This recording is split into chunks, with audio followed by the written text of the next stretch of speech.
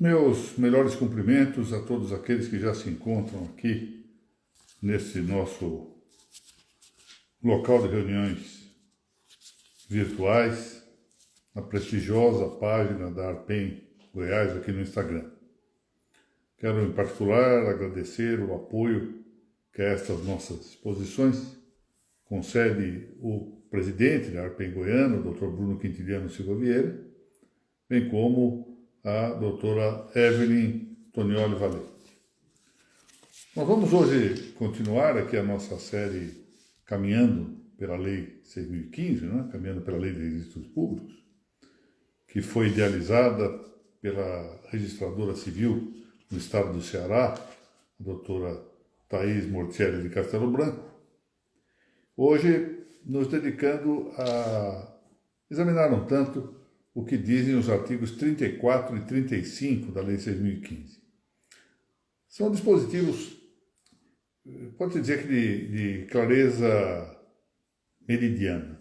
Nos tempos em que vigorava a ideia de textos cuja claridade fariam cessar a interpretação,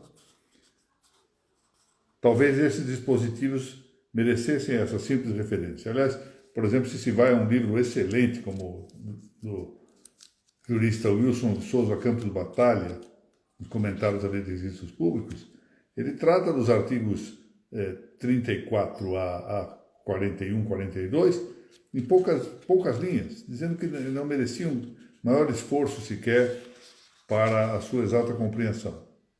E não deixa de ter alguma razão, mas eu penso que nós podemos transformar isto aqui em uma leitura, uma tarefa atrativa, se nós nos dedicarmos a examinar um tantinho mais o que esses dispositivos referem. Bom, começamos então pelo que dispõe o artigo 34. Diz assim: o oficial juntará, esse é o caput do artigo, o oficial juntará a cada um dos livros índice alfabético dos assentos lavrados pelos nomes das pessoas a quem se referirem esses livros.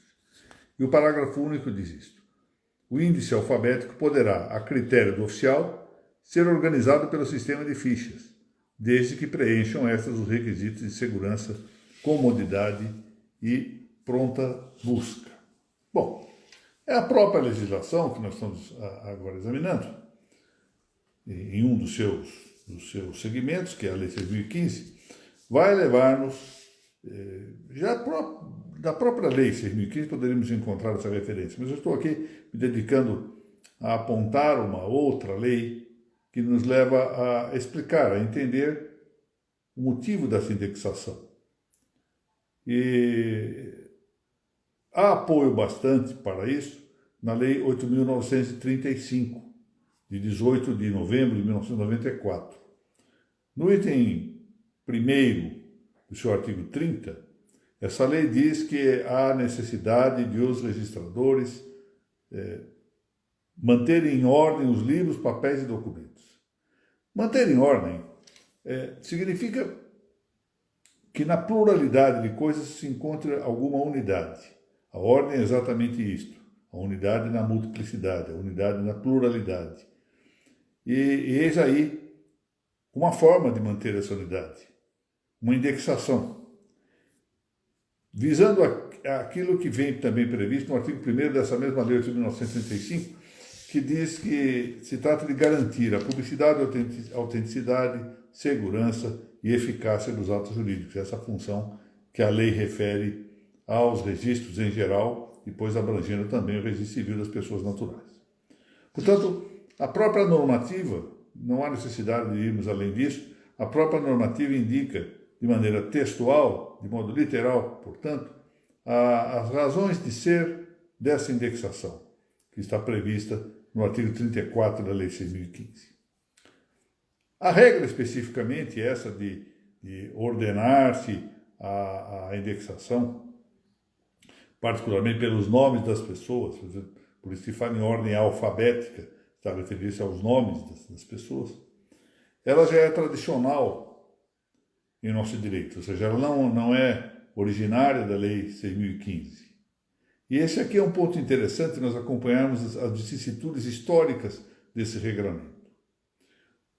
A lei imediatamente anterior à nossa vigente Lei de Registros Públicos, ou seja, imediatamente anterior à agora vigorante Lei 6.015, é o Regulamento Registral de 1939, o famoso Regulamento de 1939.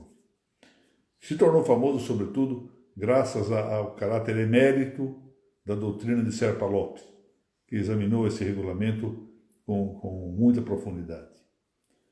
O artigo 44 desse regulamento, que é o decreto 4.857, de 9 de novembro de 1939, dizia o seguinte, vou ler aqui: os livros obedecerão aos modelos usuais.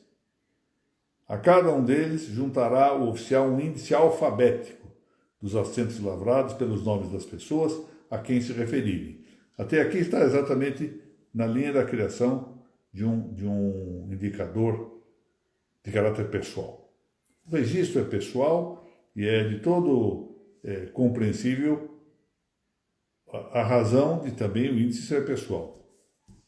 Isso é mais difícil de explicar, se compreende, mas teríamos de explicar de maneira adicional quando se trata do registro de imóveis, que é um registro de bens, mas tem também uma indexação pessoal. Mas no caso do registro civil das pessoas naturais, é naturalíssimo que, tratando esse registro de assentamentos relativos a fatos que vão repercutir em status pessoal, seja também o seu indicador de natureza pessoal. O parágrafo único desse artigo 44 diz o seguinte: poderá o índice, a critério do oficial, portanto é facultativo, ser substituído pelo sistema de fichas, desde que preencham estas fichas as exigências de segurança, comodidade e pronta busca. Reparem que esta indicação final, exigência de segurança, comodidade e pronta busca, é exatamente a que consta do final do parágrafo único do atual artigo 34 da Lei de Registros Públicos.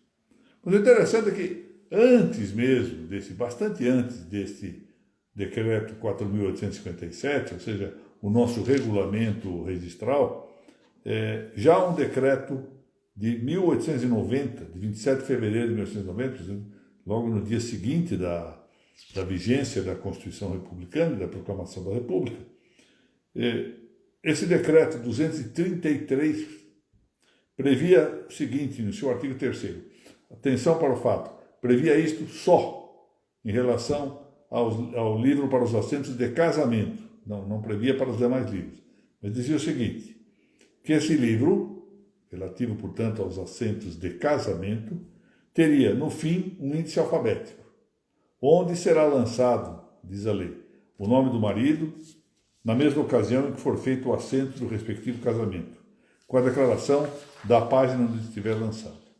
E logo esse dispositivo do decreto 233 de 1890 vinha complementado por um outro, artigo 4º, que dizia o seguinte, uma regra que dizia que, além do índice, de que trata o artigo 3º, os oficiais privativos e os escrivães de paz organizarão no fim de cada ano um índice geral, tendo no dorso esse título e em algarismos o ano correspondente. Neste índice serão mencionados, adiante, à frente do nome do marido, o número do livro da página onde estiver lançado o respectivo assento. Notem, portanto, que aqui já se criava um indexador geral de caráter obrigatório, juntando na suposição de que houvesse mais de um livro de casamento, isso daria caráter geral. Posteriormente, 20 e tantos anos depois, em 1824, veio à luz o famoso decreto 18.542, no dia 24 de dezembro de 1928. Embora esse decreto expandisse a todos os livros do registro civil a exigência de indexação, ou seja, não era mais só quanto ao livro de registro de casamento, ele já não prevê o índice geral. A diferença aqui é que suprime o índice geral, que volta a ser previsto com o regulamento de 39. Diz esse decreto: os livros obedecerão aos modelos anexos ao presente regulamento. A cada um deles, portanto aqui já não se fala apenas do registro de casamento. Juntará ao oficial um índice alfabético dos assentos lavrados pelos nomes das pessoas a quem se referir. Então, está resolvido o problema. Como vimos, essa ideia de indexação geral dos registros civis das pessoas naturais reaparece com o artigo 44 do Regulamento Registral de 1939, que, além de instituir a utilização do sistema de fichas, embora isso de maneira facultativa, mantém, em todo caso, o indexador particular de cada livro. Ora, agora fazendo uma avaliação dos sistemas, e antes de fazer um excurso muito breve sobre o papel que agora representa a informática nesse sentido, a utilização do sistema de fichas tem um manifesto benefício quanto às buscas. É muito mais fácil buscar no sistema de fichas do que em ordem alfabética, que geralmente alguns faziam isso, não sei se todos faziam, isso variava de cartório para cartório. Uns deixavam a letra A com um número de páginas um pouco maior do que a da letra B, da letra C, e, por assim dizer, ficava torcendo ou rezando para que não terminasse o volume de páginas correspondentes. Outros usavam, em vez de um livro para essa indicação, um fichário. Isso variava de cartório para cartório. O sistema de fichas realmente era mais prático para a busca, mas convivia, esse é o ponto, com o risco de extravio da ficha e desordenação quando se ia devolver uma determinada ficha. Esse era o problema. Um erro nessa ordenação fazia todo o sistema complicar-se. Tanto que Serpa Lopes, no Tratado dos Registros Públicos, no item 52, que corresponde ao primeiro tomo, diz exatamente: se as fichas constituem expediente prático, não há nenhuma dúvida, contudo, a má colocação de uma é bastante para malograr todas as suas vantagens. Aparentemente, ele até mesmo se punha contra o sistema de fichas por esse risco de malogro das vantagens. Por outro lado, era de fato impraticável, num sistema de escrita manual, observar rigorosamente a ordem alfabética. Não havia como, a não ser que se fizesse um borrador e depois se lançasse ao final aquilo que tivesse em separado, o que alguns faziam, diga-se de passagem. Bom, com o advento aqui dos meios eletrônicos, isso se tornou extremamente cômodo, não é? Então, não há maior problema. Em rigor sequer haveria a necessidade de conviver um sistema de indicador separado, bastando dar uma busca geral para se encontrar o nome da pessoa em qualquer assentamento. Em todo caso, isso nós fazemos nos computadores de casa, não há necessidade de grandes computadores, né? O sistema Word, por exemplo, possui um classificador por parágrafos. Então, isso é mais ou menos simples. Agora, o que eu gostaria aqui de indicar é que durante algum tempo houve um certo,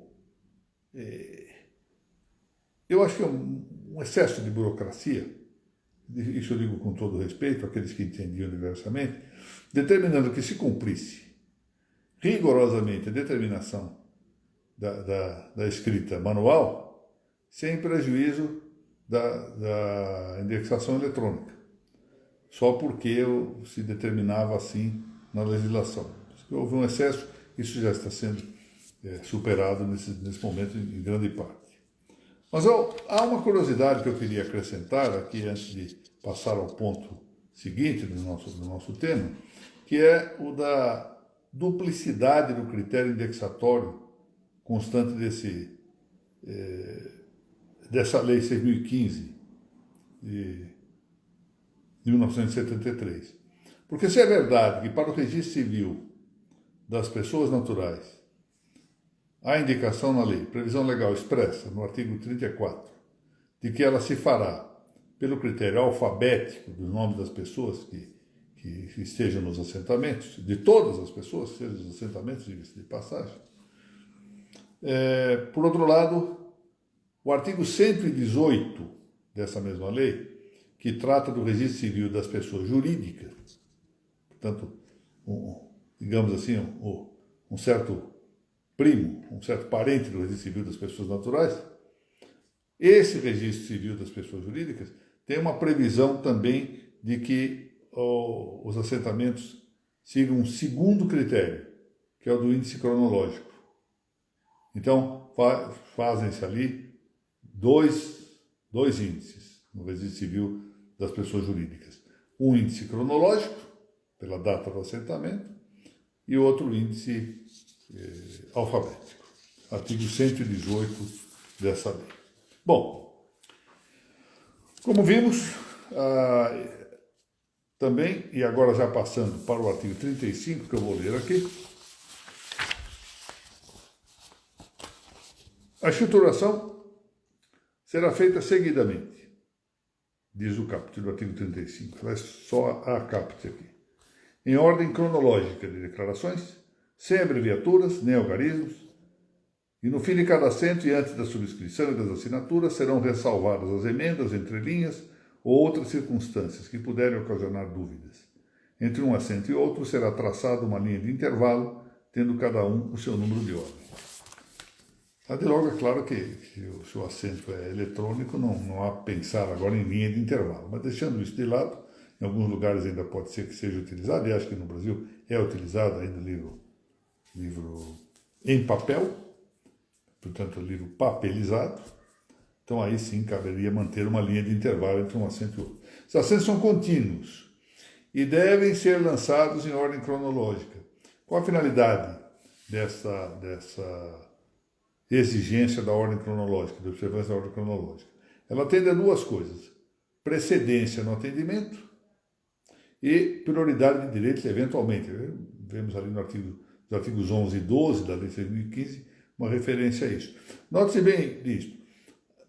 A precedência no atendimento é um certo direito já. Isso é algo que integra o direito consuetudinário. Já no dia a dia, né? Entramos numa fila de ônibus, numa fila de banco, a lei vem e quebra isso. Hoje há mais prioridades do que o comum, o ordinário. É mais fácil, às vezes, ficar na fila ordinária do que nas filas prioritárias. Mas, enfim, não importa. A ideia da prioridade no atendimento é algo social. Ou seja, não é uma imposição artificiosa da lei. E surge, como já tive a ocasião de mencionar outras vezes, como resultante de uma prática medieval de moedura que se fazia na Europa em moinhos públicos. E quem chegasse primeiro, moía primeiro. Daí surgiu essa expressão, quem chega primeiro, moe primeiro, expressão que consta da cultura de vários povos, e que mostra essa prioridade como um fato costumeiro, como um fato da sociedade. Aqui, portanto, se observa primeiramente isto, ou seja, se eu chego em primeiro lugar, eu devo ter precedência no atendimento também no registro civil, independentemente das hipóteses que pode ocorrer de prioridade de direitos. Pode ser que se note alguma prioridade de direito com uma registração buscada. Bom, passemos agora a um tema muito interessante, que é a vedação do uso de abreviaturas e algarismos. Embora, note-se que a lei diz sem abreviaturas, ela abrange com essa expressão abreviaturas também as abreviações. Ou seja, uma abreviatura, por exemplo, CNJ, TJSP, TJPR, TJGO, Tribunal de Justiça de Goiás, são abreviaturas. Agora, abreviações, por exemplo, se eu quero escrever a expressão em francês, por exemplo, vamos lá para uma expressão latina, verbo gracia, por exemplo, né? Verbo gracia quer dizer, por exemplo. Eu não posso escrever V.G. Tenho que escrever por extenso. Aliás, nem devo escrever palavras em outra língua nos assentamentos. Mas vamos ver a expressão por exemplo. Deve escrever por extenso, e não P.ex.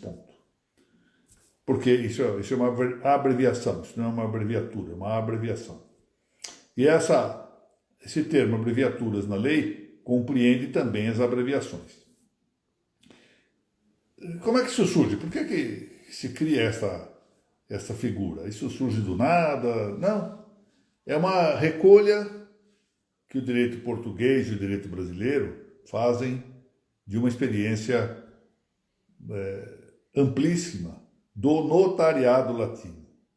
Como eu tenho várias vezes insistido nisso, os registros descendem do notariado. Boa parte das práticas notariais são aquelas que vão frutificar no ambiente também do registro. É interessante que notaram aqui, eu tive o cuidado de ir procurar,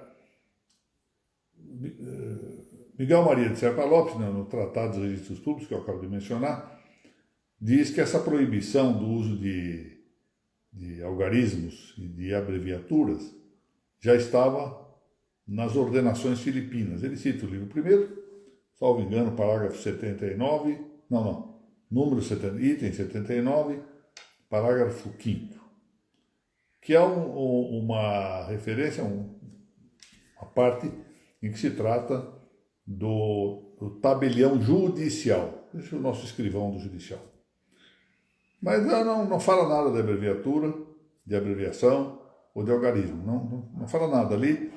E eu acho mesmo que não dá sequer para inferir, para extrair essa indicação da passagem que está nas ordenações filipinas, tal a indica Serpa Lopes. Deve ter sido um engano de citação. Confesso que eu virei e revirei o livro primeiro das ordenações, especialmente o item 78, que trata dos tabeliães notariais, e confesso que não achei nada. Portanto, aqui vamos ficar só com a autoridade de Serpa Lopes, no sentido de que a experiência já constava, de algum modo, da prática nas ordenações filipinas. Mas o fato é que ainda que assim não se desse, ou ainda que assim não se confirme, nós temos que extrair a experiência da proibição das abreviaturas e das abreviações de algarismos da prática do notariado latino. Em um dado tempo, os notários estendiam as suas notas, que então chamavam de notícia, ou dictum, ou no plural, notitiae dicta, num caderno de folhas de pergaminho de tecido.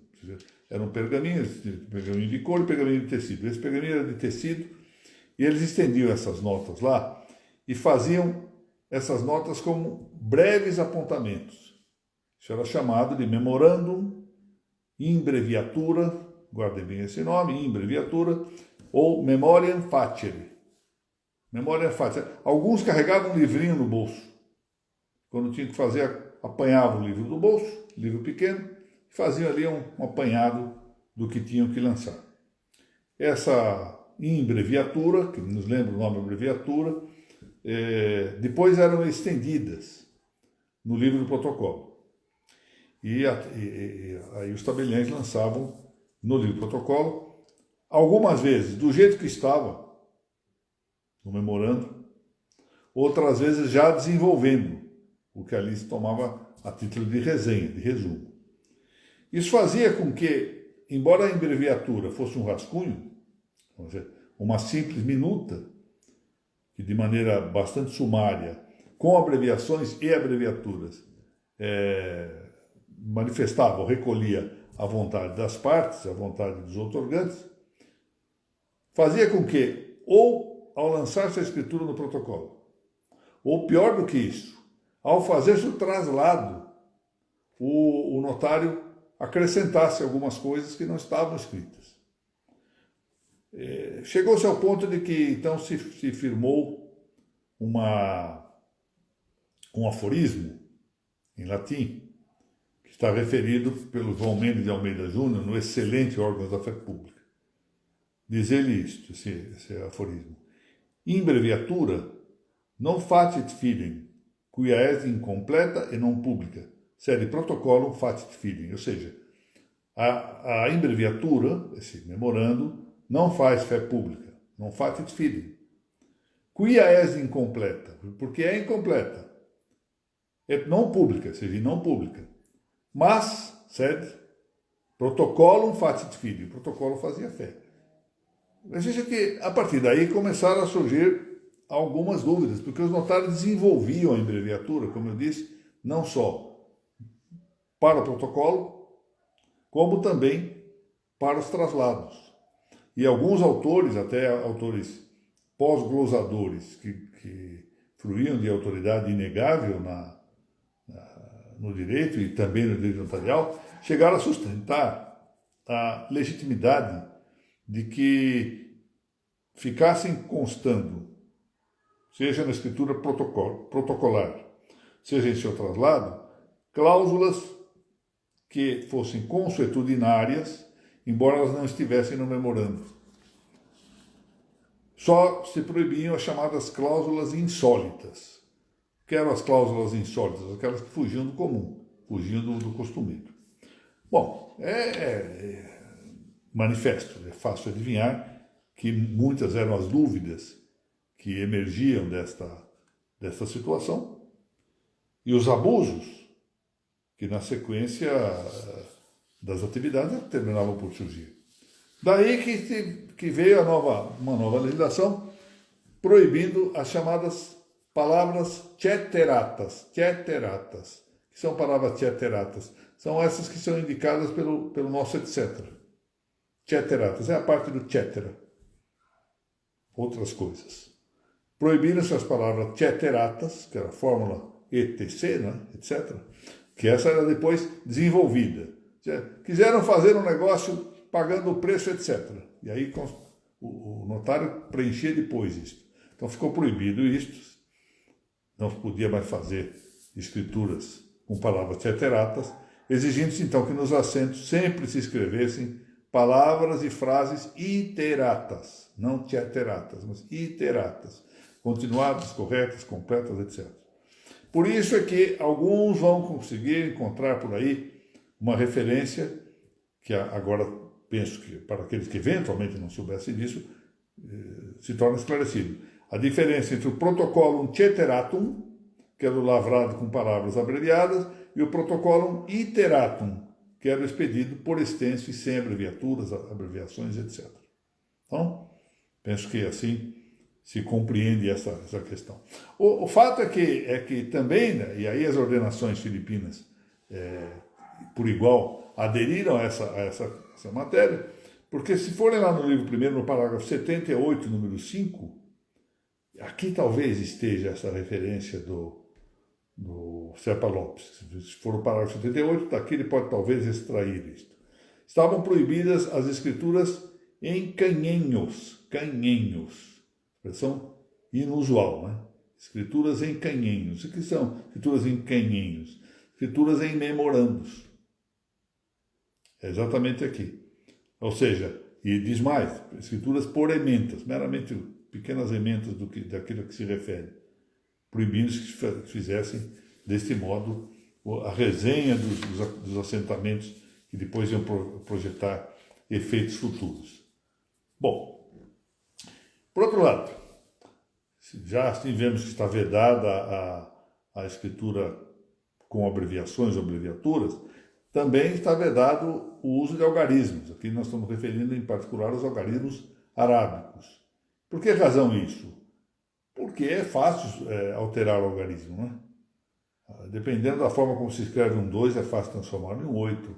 Da mesma forma como se escreva um 1, pode transformar-se em 7, e assim por diante. Um 3 se transforma em 8. Então, para evitar essa possibilidade de dúvida, de fraude, etc., proíbe-se que o algarismo seja escrito a não ser por extenso. Muito bem.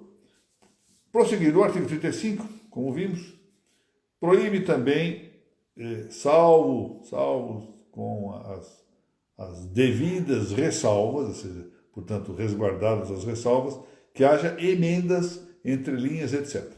Bom, a palavra emenda no direito notarial, ela possui dois modos de acepção. O primeiro modo é um modo genérico, em que as emendas compreendem as adições, as entrelinhas, as raspaduras, também chamadas de rasuras, os testados ou riscados. Aqui no Brasil falamos mais em riscados, mas também se chama de testados, como nós vamos ver. Mas além desse sentido geral das emendas, uma noção genérica de tudo aquilo que vai modificar um texto, nós temos um sentido específico em que as emendas abarcam dois tipos de atuação. As chamadas modificações literais, modificações apenas de letras. Eu modifico uma ou outra letra escrita, transformo um O num A, um N num N, etc. E além disso, além dessas modificações literais, né, modificação das das letras, eu tenho também a possibilidade do que se chama de cobertura, ou sobrescrita de palavras. Eu escrevo sobre uma palavra uma outra. Então, essas duas são propriamente as que de maneira específica, essas duas classes são as que de maneira específica, a praxis notarial e a doutrina notarial tem chamado de emenda. Por outro lado, as entrelinhas, nós sabemos, são lançamentos interlineares de palavras que são omitidas em alguma frase. Então, eu ingresso no intervalo de duas linhas com um lançamento. Essa é a entrelinha, o lançamento interlinear. No intervalo de duas linhas. As raspaduras ou rasuras são as raspagens ou apagões. Eu apago um texto, ora pode ser por meio de cola, por um instrumento que seja propício para raspar alguma coisa e assim tirar, se for escrito, por exemplo, uma máquina de escrever ou mesmo se for com a caneta com algum tipo de famoso branquinho, como se costumava falar. Então, isso é raspar ou apagar um texto desse modo, é a raspadura ou rasura. E, finalmente, existem também os testados ou riscados. Aqui o que eu faço? Eu cancelo uma linha inteira por meio de uma linha lançada, né? Uma escrita inteira por meio de uma linha horizontal, ou uma outra prática, não é tão comum, mas pode ser também, em que vamos admitir que a letra, seja a letra manual, seja com uma ligeira queda para a direita, então eu faço um traço em cima de cada letra inclinado no sentido diagonal, diverso do que está escrito ali. Se a letra está tendendo para a direita, eu faço o traço para a esquerda.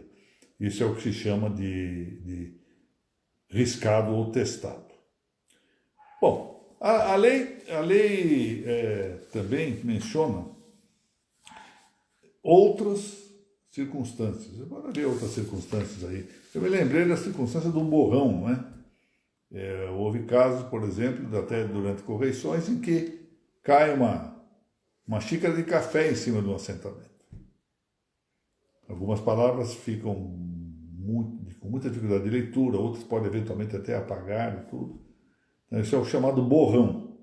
Borrão é uma das outras circunstâncias que pode afetar o assentamento. Essa regra do artigo 35, nós vamos ver melhor isso quando, mais à frente, numa das nossas próximas preleções, estudarmos os artigos 40 e 41 da mesma Lei 6.015. Essa regra do artigo 35 diz que no fim de cada assento e antes da subscrição das assinaturas, devam ressalvar-se as emendas, entrelinhas, borrões, etc., de maneira que, acaso já colhidas as subscrições, as ressalvas que haja sejam seguidas de novas assinaturas. Muito bem. Claro que, senhores verão que depois, ao tratarmos do artigo 40 e lá do artigo 100 e tanto, ao tratarmos das retificações, há uma série de hipóteses interessantíssimas que cuidam das supressões, as comatações de falhas, etc., restaurações, retificações, justamente para suprir as questões relativas aí à necessidade de sanear, de algum modo, ou de curar, a palavra curar vem bem a calhar aqui, curar deficiências em assentamentos. Muito bem. E assim, eu disse, essas normas, essas regras são comezinhas, né? Muito fácil de examiná-las, etc., mas elas são interessantes. Elas são interessantes. E eu penso mesmo que a experiência dos registradores poderá suprir aqui com muitos exemplos, que eu, no outro posto de observação, não tenho. O meu posto de observação é ficar imaginando, ficar fantasiando o que pode ocorrer. Mas os registradores que estão ali na prática diária, esses têm a experiência valiosa de estar na trincheira do registro. Eu me lembro apenas, para encerrar aqui a nossa exposição, um episódio que ocorreu aqui no estado de São Paulo. Não foi tudo que se apurou durante o exame correcional, não leva à ideia de que tenha havido desonestidade da parte do registrador civil. Mas o fato é que eu acho que ele tinha notas e registro civil, cartório relativamente pequeno, ele atendia todo mundo, dava preferência às notas. Então as pessoas chegavam e diziam, olha, nasceu meu filho, dá aí o nome. Anotava num papel à parte, ou seja, na nossa abreviatura. E assim foi fazendo, até que em determinado dia se confundiu, já não sabia mais nada. E aí foi uma confusão imensa, não sabiam o que fazer. Ele mandava expedir certidão, mas não lançava no livro. Aí a pessoa saía já com a certidão, mas uma certidão de um livro vazio.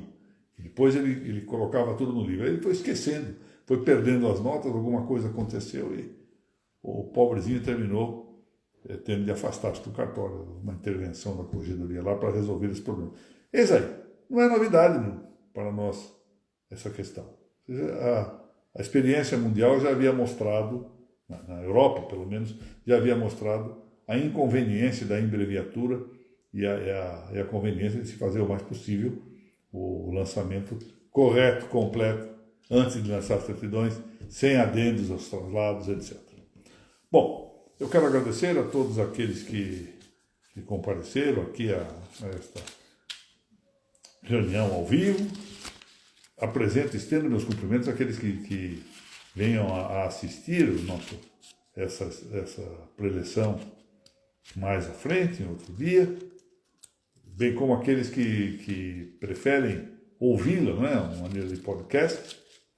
Não posso deixar, correu aqui muito rápido, mas vi que o doutor Bruno Quintiliano Silva Vieira esteve presente aqui, também a doutora Amanda Gil, a doutora Margarete Maia, a doutora Mônica Maria Guimarães de Macedo Dalla Vecchia, e são os nomes que eu me lembro, eu peço desculpas por não ter retido todos, e renovo meus agradecimentos à ARPEN do Estado de Goiás, pelo privilégio que me concede de poder utilizar esta página do Instagram dessa entidade goiana. Dentro de 15 dias, se Deus assim nos permitir, nos revemos aqui para tratarmos, então, dos artigos 36 e seguintes dessa Lei de Registros Públicos. Muito obrigado.